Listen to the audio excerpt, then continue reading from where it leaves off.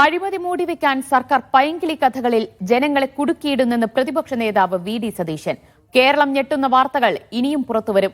CPM കരുതിയിരിക്കണമെന്നും Satheesan ദുബായിൽ പറഞ്ഞു. കരുതിയിരിക്കേണ്ടത് കോൺഗ്രസ് ആണെന്നും ബോംബ് പൊട്ടാനുള്ളത് കോൺഗ്രസിൽ തന്നെയാണെന്നും CPM സംസ്ഥാന സെക്രട്ടറി MV ഗോവിന്ദനും പ്രതികരിച്ചു.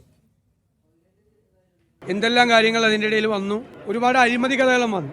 അപ്പം അതൊന്നും ചർച്ചയാകാതിരിക്കാൻ വേണ്ടിയിട്ടാണ് ഈ പൈങ്കിളി കഥകൾ തന്നെ ചുറ്റിത്തിരിഞ്ഞിരിക്കാൻ വേണ്ടിയിട്ട് ശ്രമിക്കുന്നത്. അതൊന്നും അധിക നാൾ നീണ്ടു നിൽക്കില്ല.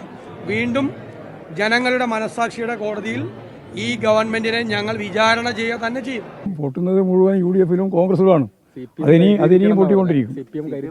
ഞങ്ങൾക്ക് ഒരു കരുതിയിരിക്കേണ്ടിയും പ്രശ്നമില്ല. ഞങ്ങൾ സുതാര്യമായി രാഷ്ട്രീയ പ്രവർത്തനം നടത്തുന്ന പാർട്ടിയാണ്. ഞങ്ങൾക്കൊരു ബോംബ് വന്ന് വീഴേണ്ട ഒരു പ്രശ്നം ഞങ്ങളുടെ മുമ്പിലില്ല. തെറ്റായ ഒരു നിലപാടിന് ഞങ്ങൾ കൂട്ടു നിൽക്കുന്നതല്ല. അത് കോൺഗ്രസ്സുകാർ ചെയ്യുന്ന പോലെ.